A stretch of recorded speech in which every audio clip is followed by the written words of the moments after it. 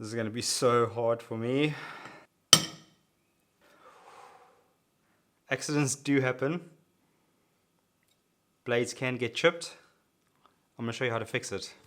So if you're new to the channel, my name is Tarek. I've been a full-time artisan for many years, and my work in both leatherwork and knives has gone around the world. And this channel is all about the little tips and tricks that will hopefully help you along in your own craft journey. Today, fixing a damaged edge. So just like most things in life are fixable when you know how, a chipped edge is definitely fixable. But maybe you have to start the process like I do, and that's taking a deep breath, because when I knocked out the edge on this blade, it definitely raised the anxiety levels a little bit for me. So over the years, I've definitely found that doing anything in a flustered state often makes things worse. So we're going to start this by going to get our sandpaper, water stones, and get it fixed. So I'm going to be using my ceramic whetstones. I've got a 120 grit and a 1000 grit. The 120 grit is going to help me really work down that edge quickly, especially with a damaged edge. Guys, if you do not have a set of water stones, you can get some sandpaper and cut it into strips.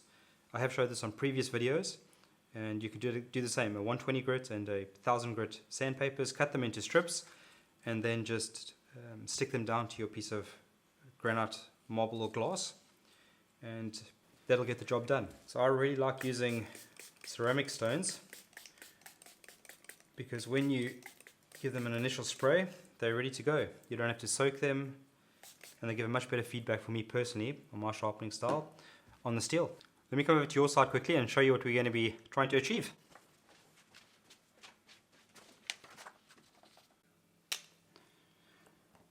So a chip on the blade that I've just chipped will look something like that, and this might look similar to a knife that you've chipped out. So I've got the chip that's out on the blade. So what we're going to be doing initially with our rougher grit stone or sandpaper is we need to remove the steel until we pass the lowest point of the chip. So we're going to be removing steel until we get the complete chip out of the blade, and then we can go back into sharpening.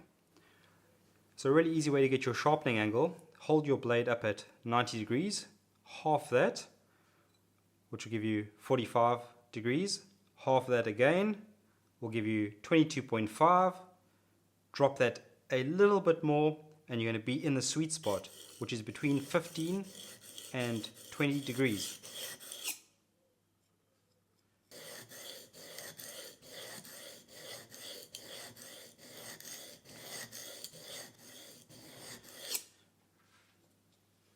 Guys, just like every new skill, it takes a lot of practice to get it right. So it's okay to not get this right for your first many tries. Even if you get it wrong those first few tries, it is fixable. Remember, it's fixable. You just start again and work the process over and over.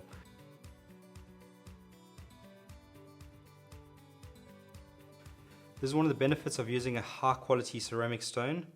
It makes easy, quick work of even problematic things to solve.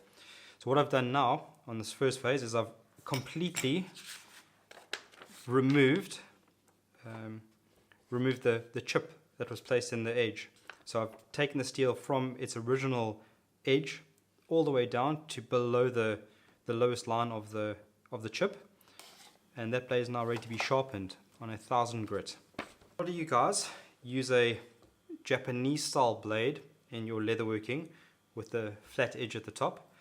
This is the same process. You can use the same process if you have this style of blade or any style blade. This is the process that you can use to fix out a chipped edge.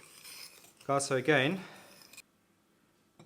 if you're just starting out, and this is a nice easy way to get going, to find your edge angle, 90 degrees, half of that takes you down to 45 degrees, half that again takes you to 22.5 degrees, and a little bit lower will take you into the sharpening sweet spot, which is between 15 and 20 degrees.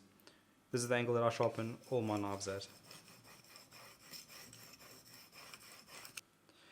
So I'm working this down on the 1000 grit stone now, and because we had to get rid of a chip and I used a rough grit stone, a 120 grit stone, the burr, which is the piece of steel that folds over as you start sharpening, is quite a heavy burr. So what I like to do is I take a piece of wood and I just break that burr off on a piece of wood. This is the piece that I actually use up in the knife workshop.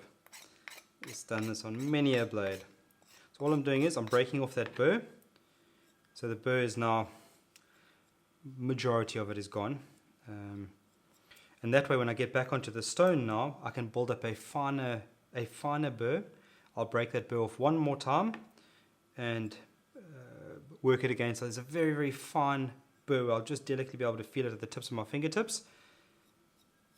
And then that blade will be ready.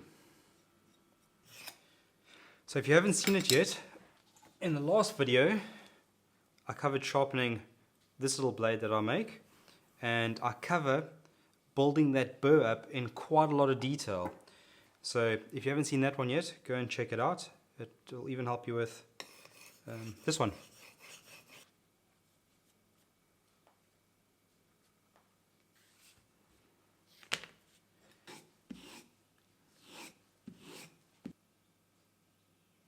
This is a piece of 4mm thick vegetable tan leather. This would be belting leather, but if you've got one of our knives we make, it'll be a strop that you get in your box. So whenever I'm skiving anything, I always tend to work on the edge of my piece of granite that I've got here. This way I've got movement in the handle. I do this the same if I'm skiving a wallet. So if I'm skiving a wallet, I'll have movement on my handle. I've seen a lot of guys that are trying to skive in the middle of a place. It makes it very difficult for your hand to move. So I always skive on the edge. You've got movement then, and it just allows for a much easier skive to happen. So the lap skive, I'm just going to, this is what this knife is actually designed for. This is one of my purpose designed built knives that I make. And this one works really well, obviously, at the lap skive. So this would be perfect for doing a leather belt where your buckle folds over now and you've got a nice perfectly thinned off piece of leather. Your buckle's coming out this side. This makes it much more comfortable for the wearer. So this is 4mm thick vegetable tan leather. This knife also works great for doing watch straps, your bag straps. In actual fact, I did that on this bag that I made for Charlene.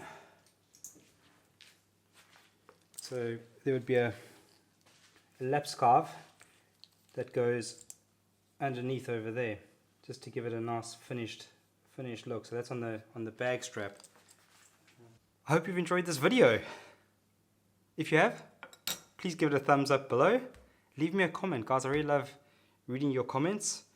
And if you've got something else that you want me to cover in a future video, please leave it in a message there below. I look forward to seeing you in the next video.